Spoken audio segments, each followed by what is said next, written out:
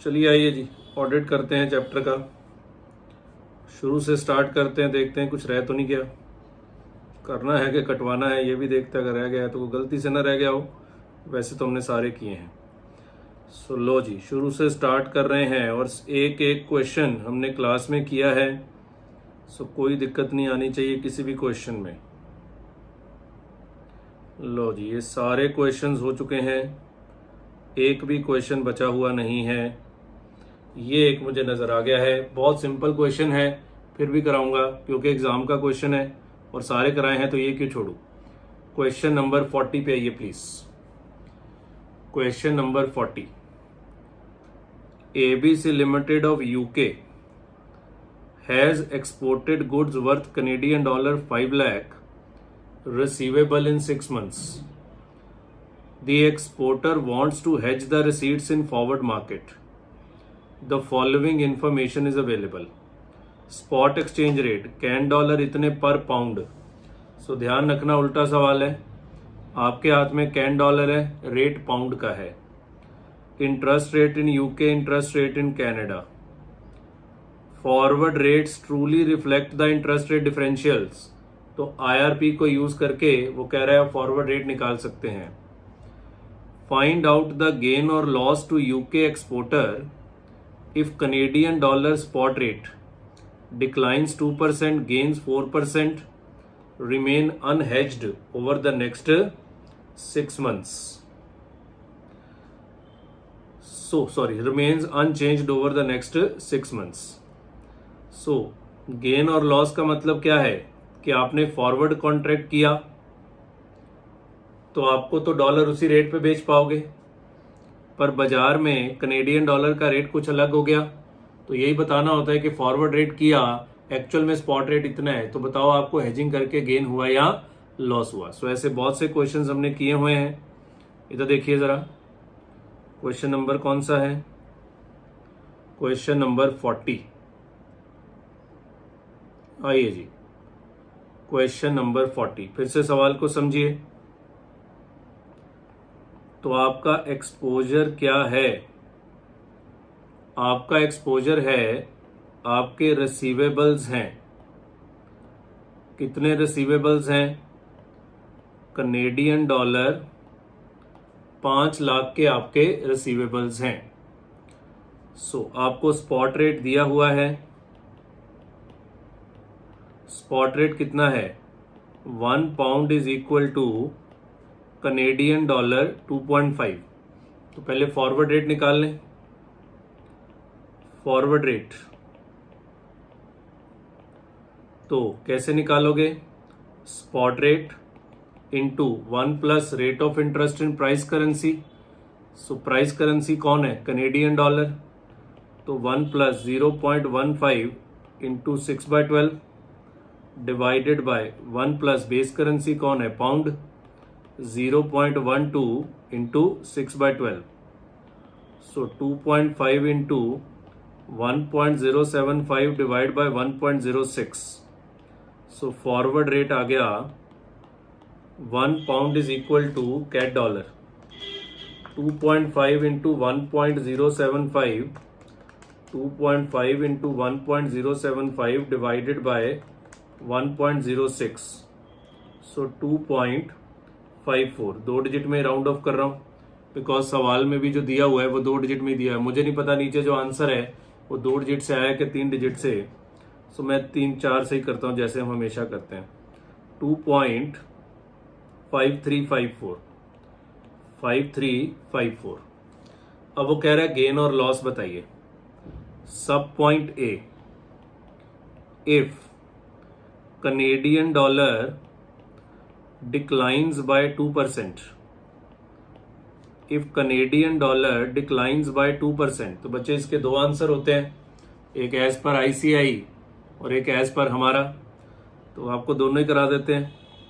बहुत बार मैंने दोनों कराए हैं क्योंकि देखो रेट है पाउंड का, क्वेश्चन कह रहा है कनेडियन डॉलर 2% गिरा, तो वो डिवाइड करके आता है। जबकि इंस्टीट्यूट आपको पता है कोई फर्क नहीं समझता, वो कहता है अगर कनेडियन डॉलर 2% से गिरा मतलब पाउंड 2% से गिरा। ठीक है ना? तो एक्सपेक्टेड स्पॉट रेट या spot rate after 6 months, spot rate after 6 months. So institute तो सीधे निकाल देगा 2.5 कनेडियन डॉलर 2% से गिरा मतलब पाउंड 2% से बढ़ा, तो वो सीधा इंटू 1.02 कर देते हैं, जबकि ये टेक्निकली गलत है, तो मैं सही भी कराऊंगा। सो 2.5 इंटू 1.02, 2.55 कनेडियन डॉलर पर पाउंड, जबकि आपका फॉरवर्ड रेट कितना था 2.5354 कनेडियन डॉलर पर पाउंड। अब आप कॉन्ट्रैक्ट कर चुके हैं 2.53 पे, रेट हो गया 2.55। सो आपको तो नुकसान ही हुआ ना। अगर हेज ना करते तो आपको 2.55 मिलता, जबकि आप हेज कर रहे हैं। एक मिनट, आपके कनेडियन डॉलर रिसीवेबल हैं। अब बच्चे, अब इन्होंने स्पॉट से कंपेयर करके ना निकाला हो यार, ये बड़ी समस्या है इनकी। गेन और loss to UK exporter if Canadian dollar spot rate, अगर कनेडियन डॉलर डिक्लाइन करेगा तो मुझे तो नुकसान ही होगा ना, मुझे फायदा कैसे हो सकता है। तो चेक करते हैं, लॉस आ रहा है 2.5354 माइनस 2.5। एक मिनट, रुकिए। आपके हाथ में है 5 लाख पाउंड, है ना। तो अगर आप फॉरवर्ड रेट पे 5 लाख कनेडियन डॉलर है ना, आंसर पाउंड में करना है, तो pound equivalent using forward rate, उल्टा सवाल है ना, pound equivalent using forward rate. तो Canadian dollar 5 lakh divided by 2.5354, बताओ आपके हाथ में कितने पाउंड आते हैं। 5 लाख डिवाइड बाय 2.5354, 197208। और अगर आप हेज ना करते तो pound equivalent using expected spot rate, तो फिर आप उस दिन के स्पॉट रेट पे कनेडियन डॉलर बेचते, और स्पॉट रेट कितना है 2.55। सो 5 lakh divide by 2.55, so pound 196078। तो आपको गेन हुआ है जी, लॉस नहीं हुआ, आपको गेन हुआ है, क्योंकि फॉरवर्ड में आपके पास ज्यादा पाउंड आया ना। 196078 1130 का गेन हुआ है। अब वहां 11601 है, तो आई थिंक उन्होंने 2 डिजिट ना लिए हों, चेक कर लेते हैं। 5 लाख डिवाइड बाय 2.53 माइनस 196078, 1550, ये तो और कम हो गया। एक minute, 5 lakh divided bye 2.53 minus 196078, फिर 1550 आ रहा है। वो राउंडिंग ऑफ का एरर आएगा ही आएगा बच्चे। सो हमारा 1130 का गेन आ रहा है। तो देखो हुआ क्या, हमने ऑलरेडी फॉरवर्ड कॉन्ट्रैक्ट किया हुआ था, मान लो, तो फॉरवर्ड कॉन्ट्रैक्ट किया 2.5354 पे, क्योंकि कह रहा है इंटरेस्टेड पैरिटी होल्ड गुड्स, तो उसके हिसाब से 2.5354 आ रहा है, और उसके हिसाब से हमारे पास इतने पाउंड आ रहे हैं, जबकि अगर हम हेज ना करते तो इतने पाउंड आते, तो गेन हुआ है। ठीक है, तो ये तो हो गया आईसीआई वाला आंसर, करेक्ट आंसर। पेपर में कौन सा करना है, आईसीआई वाला ही करना है, पर फिर भी करेक्ट आंसर तो बताऊंगा ना। सो करेक्ट आंसर क्या है, spot rate after 6 months, spot rate after 6 months. बच्चे बेस करेंसी पाउंड है, क्वेश्चन कह रहा है डॉलर 2% से डिक्लाइन हुआ है, सो 2.5 डिवाइडेड बाय 0.98, क्योंकि डॉलर 2% से घटेगा मतलब पाउंड बढ़ेगा, पर 2 से नहीं, उससे थोड़ा सा ज्यादा। 2.5 डिवाइडेड बाय 0.98, सो ये आ रहा है 2.55। ये देखो वहां कितना, अरे ये तो सेम ही है, नहीं ये ज्यादा है ना, 2.5510, ये आंसर है। ठीक है, तो आगे निकाल लीजिएगा, मैं इतने यहीं पे छोड़ रहा हूं क्योंकि करना तो है नहीं। तो स्पॉट रेट अलग आएगा, तो फिर आपका ये वाला आंसर भी अलग आएगा। क्लियर है।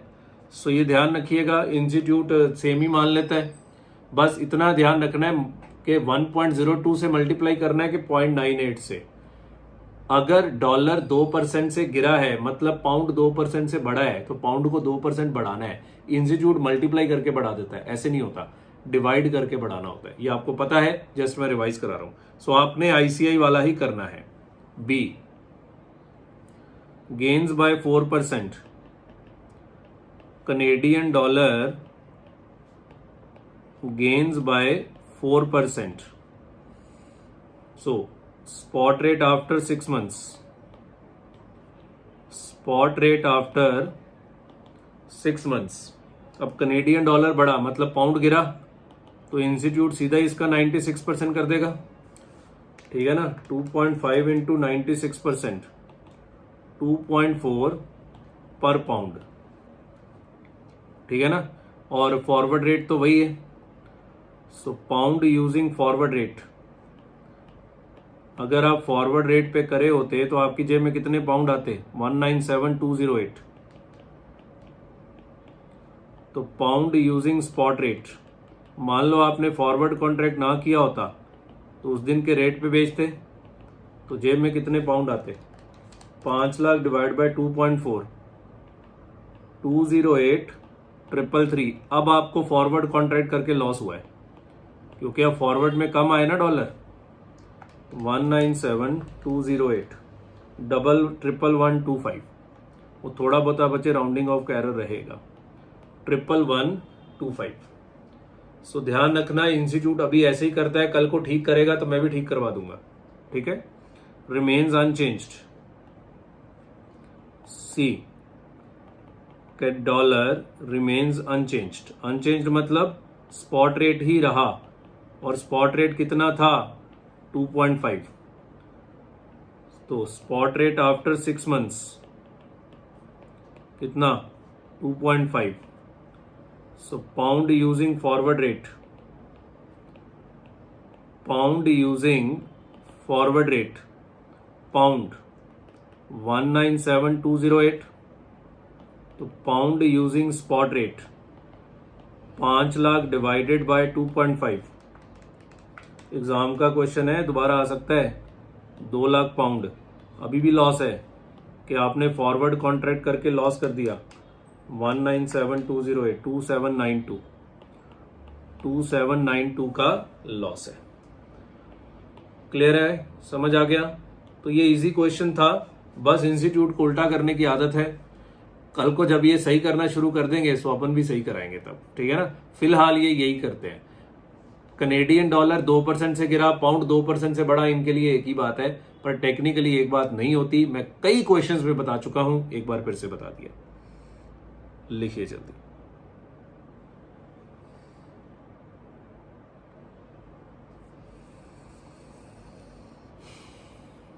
पॉज करिए, ऊपर करेंगे।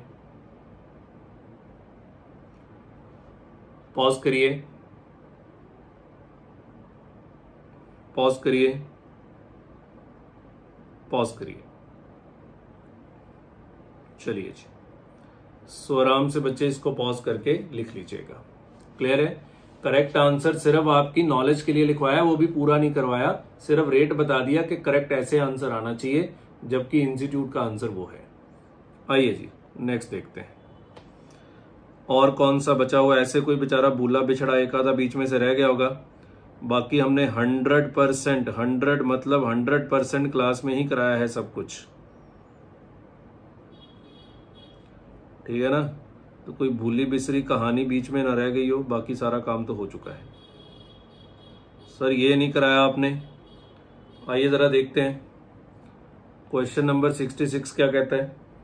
भाई पेपर का क्वेश्चन है। In international monetary market an international forward bid for December 15 on pound sterling is this. At the same time, the price of IMM International Monetary Market sterling future for delivery on 15 December is this. Contract size is this.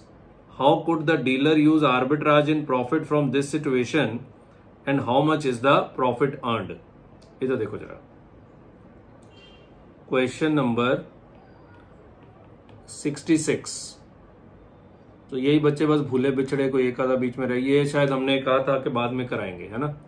पढ़ो जरा क्या लिखा है। In international monetary market international forward bid for December 15 on pound sterling तो forward rate दिया हुआ है 1 pound is equal to dollar 1.2816 at the same time that the price of IMM sterling future for delivery, तो future का rate दिया हुआ है for delivery on 15 December is 1 pound is equal to dollar 1.2806। तो future premium पे चल रहा है कि डिस्काउंट पे? काइंड ऑफ डिस्काउंट पे। फ्यूचर का रेट फॉरवर्ड रेट से नीचे है। कॉन्ट्रैक्ट साइज जहां भी फ्यूचर आएगा तो क्या दिया रहेगा?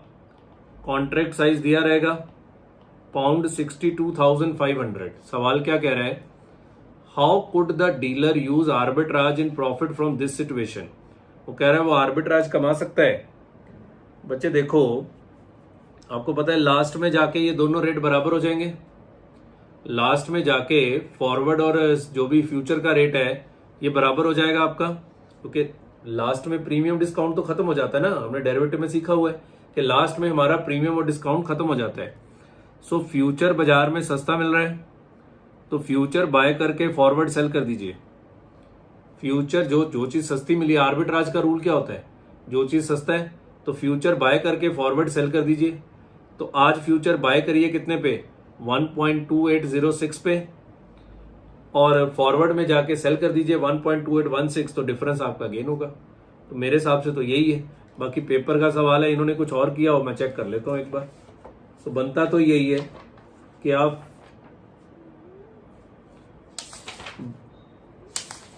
फॉरवर्ड बाय करके फ्यूचर सेल कर दीजिए। बट मैं अपने आप को सेव करने के लिए एक बार चेक जरूर करूंगा, क्योंकि एग्जाम का क्वेश्चन है और इलॉजिकल सा सवाल है। तो वही किए हुए।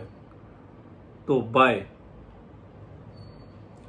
Pound 62,500 in futures at dollar 1.2806, sell pound 62,500 in forward at dollar 1.2816। Maturity पे दोनों रेट बराबर हो जाएंगे तो गेन पर पाउंड कितना? भाई यही क्वेश्चन आया हुआ है पेपर में। देखो वो बच्चे ये पुराने जमाने में आते थे, आजकल वाले क्वेश्चन देखा ना किस तरह के खतरनाक सवाल आते हैं। तो डॉलर 0.01 पर पाउंड, तो टोटल गेन आपका कितना? Pound 62,500 into dollar 0.10। सो ये आ रहा है आपका डॉलर 62.50। वो यही क्वेश्चन है। ये मैंने वैसे ही नहीं कराया होगा कि चलो जब वो कराएंगे क्या फ्यूचर, तो आपको कॉन्ट्रैक्ट साइज वगैरह नहीं पता था, अदरवाइज इस सवाल में कुछ भी नहीं था।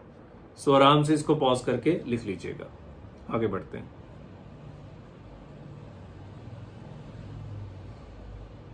सब हो चुका है।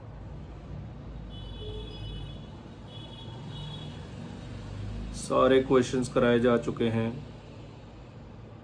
ये बच्चे काट दो, ऐसे बहुत से क्वेश्चन कर लिए हैं तो दोबारा करने की जरूरत नहीं है। इसको काट दीजिए।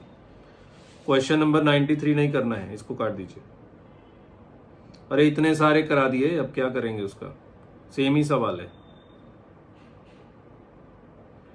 आइए और देखते हैं, बाकी सब करा दिए हैं।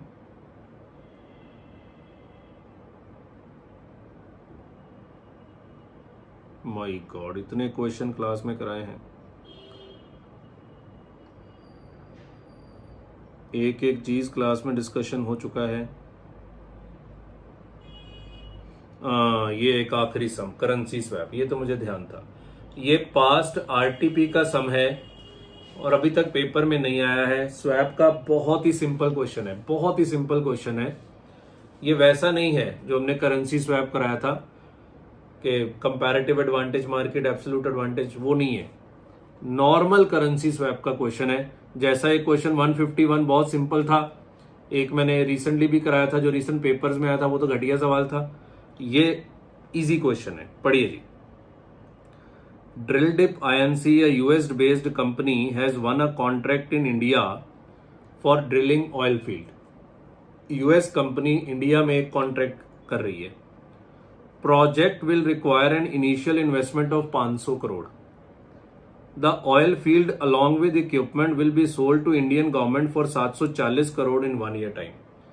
सो यूएस कंपनी इंडिया में प्रोजेक्ट कर रही है, शुरू में T0 पे ₹500 करोड़ का आउटफ्लो है, 1 साल बाद जो इक्विपमेंट बनाएंगे वो भारत सरकार को बेच देंगे, कितने का?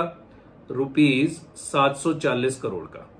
चलो, since the Indian government will pay for the amount in Indian rupees, the company is worried about exposure due to exchange rate volatility. वो तो है ही है, आपको 1 साल बाद 740 रुपए मिलेंगे, आप यूएस की कंपनी है, तो क्या आपको एक्सचेंज रेट रिस्क है?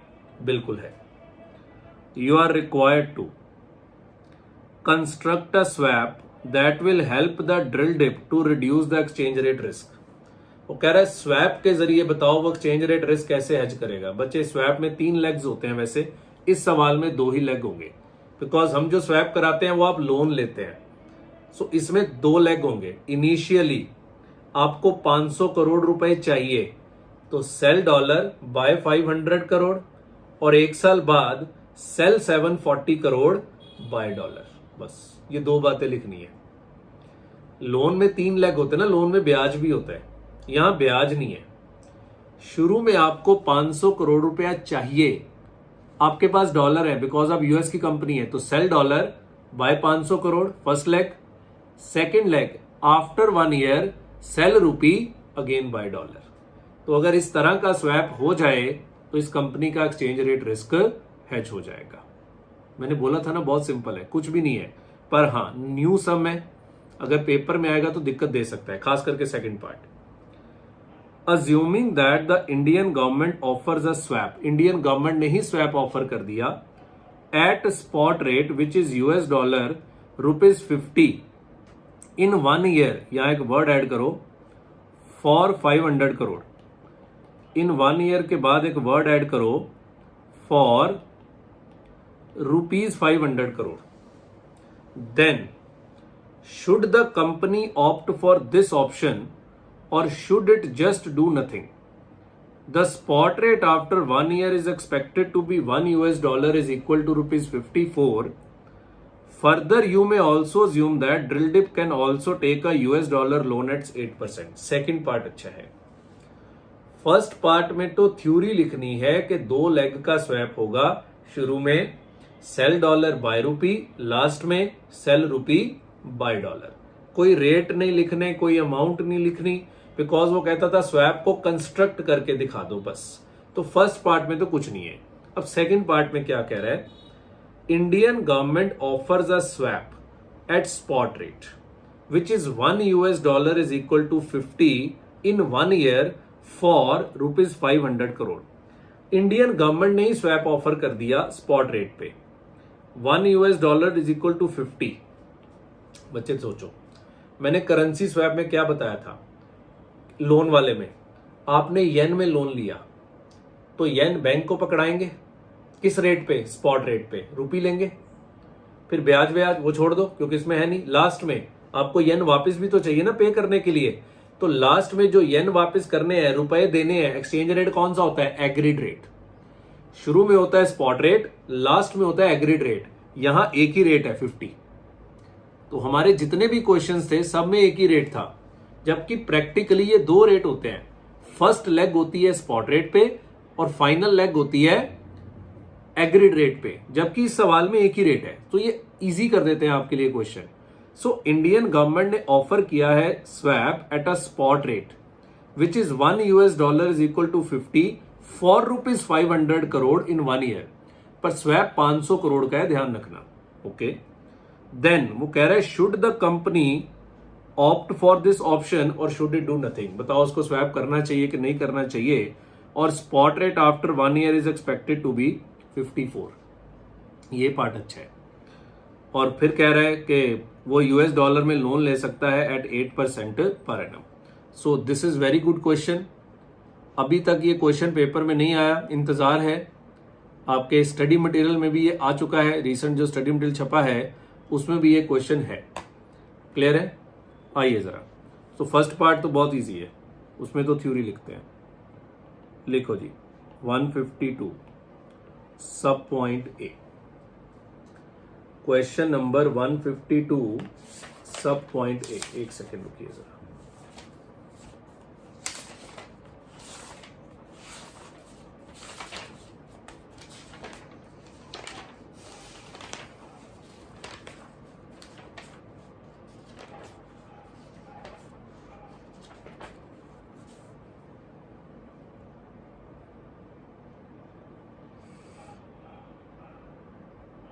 लिखो, in order to hedge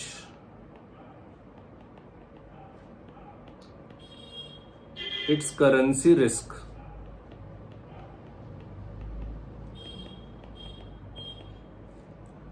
DINC should enter into following swap. DINC should enter into following swap. तो फर्स्ट लेग 1, आपको रुपी चाहिए, डॉलर है, sell dollar buy rupee, sell dollar buy rupee today. Leg 2, after 1 year sell rupee and buy dollar. बस जी, इतनी सी बात लिखनी है। After 1 year sell rupees and buy dollar. Clear है? तो फर्स्ट पार्ट में तो कहानी लिखनी थी। अब बी पार्ट में कह रहा है कि इंडियन गवर्नमेंट ही आपको स्वैप दे रही है। अब ध्यान से सुनना, ध्यान से सुनना। आपको यहां 500 करोड़ रुपया चाहिए और यहां 740 करोड़ रुपया आपने बेचना है। इंडियन गवर्नमेंट आपको स्वैप दे रही है, यहां भी $1 का रेट 50 रुपए, यहां भी $1 का रेट 50 रुपए। पर मुझे यहां खड़े होके लगता है कि एक्सपेक्टेड स्पॉट रेट होगा $1 इज इक्वल टू 54। वो कह रहा बताओ मुझे इस स्वैप में एंट्री करनी चाहिए कि नहीं करनी चाहिए। बच्चे देखो, पहले मान लो मैं स्वैप में एंट्री नहीं करता, मैं स्वैप में एंट्री नहीं करता, तो शुरू में मुझे 500 करोड़ रुपया लगाना पड़ेगा। मैं स्वैप नहीं कर रहा, पहले बिना स्वैप वाला समझते हैं। शुरू में 500 करोड़ लगाना पड़ेगा। तो 500 करोड़ तो रुपए हैं। अगर स्पॉट रेट से डिवाइड करूं 500 डिवाइड बाय 50, तो मुझे 10 करोड़ डॉलर चाहिए। करोड़ ही है ना? यस, मुझे 10 करोड़ डॉलर चाहिए। तो इतने करोड़ का लोन लेना पड़ेगा। और क्या है, लोन किस रेट पे मिलेगा? 8% के रेट पे मिल जाएगा। तो 10 करोड़ डॉलर बोरो करिए, स्पॉट रेट पे कन्वर्ट करके 500 करोड़ रुपए बनाइए। एक साल बाद 740 करोड़ आपको आएंगे, 54 के रेट पे कन्वर्ट कर लो। 740 डिवाइड बाय 54, 13.70 करोड़ मिलेंगे। 13.70 करोड़ मिलेंगे। तो 10 करोड़ का लोन लिया था, 8% ब्याज लगेगा। तो वापस करिए 10.8 माइनस 13.7, आपका नेट प्रॉफिट होगा 2.9 करोड़ डॉलर। सर करके बताओ। Sub point A, if company do not enter into swap, if company do not enter into swap, तो फिर क्या करेगा? बोरो। कितना आया था? ₹500 crore divided by 50, 10 crore dollar in US at the rate 8% per annum. Sell 10 crore dollars at spot rate and buy ₹500 crore. वो spot rate आपको पता है 50 है, ठीक है ना? After 6 months realise ₹740 crore, convert ₹740 crore into $, using spot rate. और उस समय का स्पॉट रेट हमें लग रहा है कि 54 होगा। तो डॉलर इक्वलेंट कितना? 740 डिवाइड बाय 50 करोड़, ये तो 14.548 आ रहा है, 54 ही है ना, यस 750, सॉरी 750 के 40 है, 740 divided by 54, 13.70 crore dollar. Repayment of loan, loan वापस करिए, 10 करोड़ डॉलर का लोन था 8% ब्याज के सहित, तो डॉलर 10.8 करोड़ वापस करिए, तो आपका नेट गेन कितना, 2.90 करोड़ डॉलर। ये काम है, क्योंकि आपने लोन लिया है तो लोन पे ब्याज भी तो देना पड़ेगा ना। सो अगर आप हेज नहीं करते तो आपके हिस्से ये आता है। नाउ द क्वेश्चन इज, आप स्वैप करेंगे। अब स्वैप में आप क्या करेंगे, बी, ये सब पॉइंट 1 2 कर लीजिए, सब पॉइंट 1 सब point 2, if company decides to enter into a swap। बच्चे ये क्वेश्चन ऐसे हैं कि अगर नहीं करे होंगे ना तो ये नहीं होंगे पेपर में, ये इतने इजी नहीं है, ये करने पड़ेंगे आपको बार बार। If company decides to enter into a swap, so क्या होगा, फिर से बोरो करेंगे, क्योंकि भारत सरकार को तो देने पड़ेंगे ना आज 500 करोड़, 10 करोड़ डॉलर देंगे तो बदले में 500 करोड़ रुपए मिलेंगे। बोरो $10 करोड़ इन US at the rate of 8% per annum for 1 year. अब क्या करेंगे, स्वैप में एंट्री करेंगे, enter into a swap to buy rupee today and sell 500 crore rupees after 1 year at $1 is equal to 50। कितने rupee, to buy rupee 500 crore today and sell 500 crore rupees after 1 year, और rate वही है $1 is equal to 50। कुछ अजीब लगा होगा sir, आज हमने 500 करोड़ बाय करने हैं, समझ में आता है, क्योंकि प्रोजेक्ट में 500 करोड़ का खर्चा लगना है। सर सेल तो 740 करोड़ करने हैं। नहीं बच्चे, ध्यान से क्वेश्चन पढ़ो क्या लिखा है। भारत सरकार जो स्वैप ऑफर कर रही है वो 500 करोड़ का ही कर रही है, स्वैप में 500 करोड़ ही मिलेंगे आपको। तो सर मुझे तो 740 करोड़ मिलने हैं, बाकी 240 करोड़ का क्या करूंगा, उस दिन के स्पॉट रेट पे सेल करो। ओ सेल, ये खास पॉइंट था। Remaining ₹240 crore at spot rate after 1 year.